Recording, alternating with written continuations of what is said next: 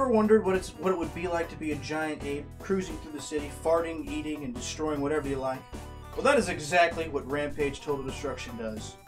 And I'm going to tell you all about it. Based on one of Midway's classic arcade games from back in the day, this game released on PS2 and GameCube in 2006. Now, the reason I wanted to bring this game up today in this first season of Game Grind is because of the movie that came out called Rampage that was supposed to be based on this game and on this series by Midway, but it did not even remotely judge in on anything that Rampage did in any of its games other than the fact that all of these mutants were in it, and these mutant animals were in this movie. That was pretty much their premise.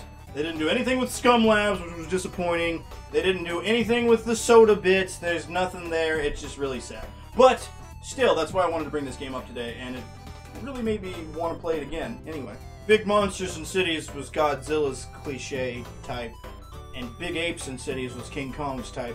So I don't know who we're ripping off here, but this is Rampage Total Destruction. I don't know who to expect. I don't know when the years all confided, but Rampage Total Destruction. Let's dive in! We begin with a lovely intro cutscene, one I remember from my youth incredibly well. It shows a soda taste test with one of the main characters, George, sipping on the new Scum soda from Scum Labs.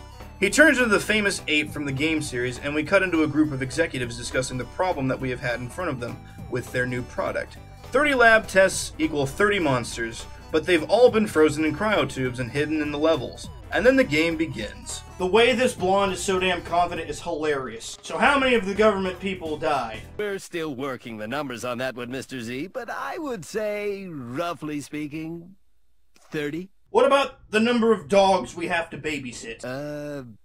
30. Number of dildos you can fit up your ass? 30.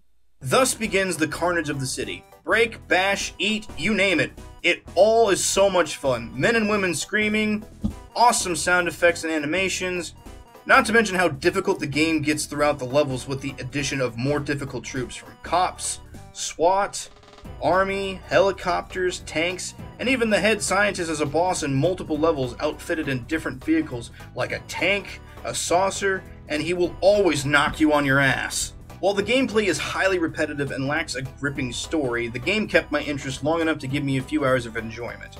Plus, each level has challenges to unlock new moves for the monster you're playing as for an added challenge. And damn near every level has a monster to be found, and they are usually incredibly well hidden. I've only found 6 of them in my playthrough, and it was damn hard to find them. This, of course, isn't even to mention the added modes of King of the City and King of the Earth, where you get to play against your friends to fight and get scores to beat your friends, and the time trials, which add an extra layer of challenge and entertainment to the game. And with this game, you also get Rampage, the very first one on the arcade machine, and Rampage World Tour, which are also another cool level of entertainment that the game can bring you. However, they didn't age very well, and Total Destruction is pretty much the peak level of entertainment you're going to get from this kind of a series. Each city is themed well with news anchor lines, witty banter from the citizens. Each and every window has something to heal or harm, which is especially nice because once you reach the Chicago level, the game gets brutally hard, especially if you don't have a destruction double to help soak up the damage and get to the destruction of the block quickly. Truthfully, there is no unfound depth to Rampage Total Destruction. It's just a simple, great concept that I wanted to bring back as a classic game that came out in Midway's great golden era of video games. And I really wanted to present it as a source for this movie that came out, because if you don't know where it came from, how will you be able to rate the movie on how well it adapted from its source material? Now, I absolutely recommend this game to you guys if you guys ever get a chance to play one of these, or even one of the older versions of this game. It's a really good fun time, and if you get to play with your friends, it's even better. The pure chaos that this game can bring you is great.